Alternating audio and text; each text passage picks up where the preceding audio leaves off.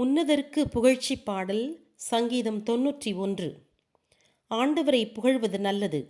உன்னதமானவரே, உம் திருப்பெயருக்கு புகழ் பாடுவது நல்லது. காலையில் உம் இரக்கத்தையும் இரவெல்லாம் உம் பிரமாணிக்கத்தையும் எடுத்துரைப்பது நல்லது.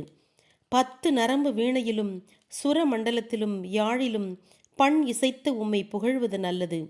ஏனெனில் ஆண்டவரே, உம் செயல்களால் எனக்கு மகிழ்ச்சியூட்டுகிறீர். உம் திருக்கர படைப்புகளை குறித்து நான் அக்களிக்கிறேன். ஆண்டவரே, உம் செயல்கள் எவ்வளவு மகத்தானவை, உம் நினைவுகள் எவ்வளவு ஆழ்ந்தவை.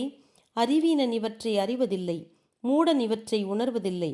பாவிகள் புற்பூண்டுகளைப் போல் தழைத்தாலும் தீமை செய்வோர் அனைவரும் செழித்தோங்கினாலும் நித்திய அழிவுக்குத்தான் குறிக்கப்பட்டுள்ளனர்.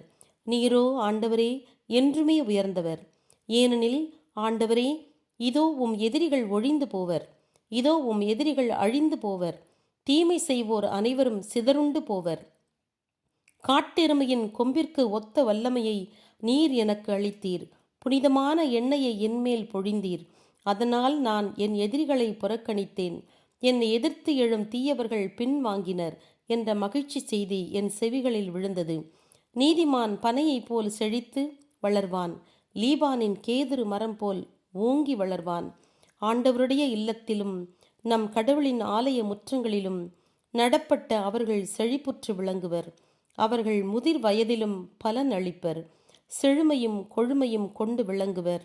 என் அடைக்கல பாரியாகிய ஆண்டவர் எவ்வளவு நேர்மையுள்ளவர் என்றும் அவரிடத்தில் அநீதி இல்லை என்றும் பறைசாற்றுவர். ஆமென்.